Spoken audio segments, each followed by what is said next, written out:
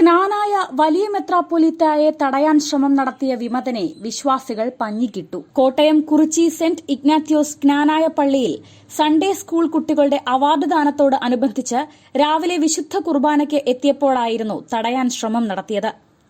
ക്നാനായ സമുദായ വലിയ മെത്രാപ്പൊലീത്ത ആർച്ച് ബിഷപ്പ് കുര്യാക്കോസ് മോർ സേവേറിയോസ് തിരുമേനിക്ക് നേരെയുണ്ടായ ആക്രമണ ശ്രമം കരുതിക്കൂട്ടിയുള്ളതായിരുന്നു.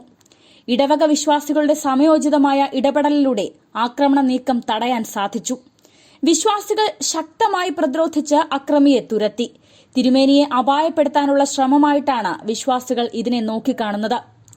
തിരുമേനിയെ സമുദായ വലിയ മെത്രാപ്പൊലീത്ത എന്നുള്ള നിലയിൽ അദ്ദേഹത്തിന്റെ ചുമതലകൾ നിർവഹിക്കുന്നതിൽ നിന്നും തടയാൻ പാടില്ല എന്നുള്ള കോടതി ഉത്തരവ് നിലനിൽക്കെയാണ് ഈ അതിക്രമ ശ്രമം നടത്തിയത്.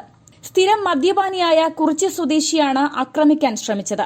ഇയാൾ സോഷ്യൽ മീഡിയ വഴി തിരുമേനിക്കെതിരെ നിരന്തരം പ്രകോപനപരമായ വോയിസ് മെസ്സേജുകൾ ഇടുമായിരുന്നു. തിരുമേനിയെ ആക്രമിക്കാൻ മുൻകൂട്ടി തയ്യാറാക്കിയ തിരക്കഥയിൽ സഭയിലെ തന്നെ ചില ഉന്നതരുടെ ഇടപെടലുകൾ ഉള്ളതായി വിശ്വാസികൾ സംശയിക്കുന്നു.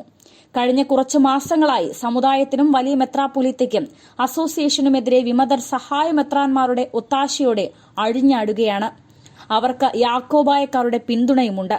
വിരലിലെണ്ണാവുന്ന ആളുകൾ മാത്രമാണുള്ളത്. കുറിച്ചി സംഭവത്തിൽ ശക്തമായ പ്രതിഷേധമാണ് ഇപ്പോൾ സമുദായ വിശ്വാസികൾക്കുള്ളത്.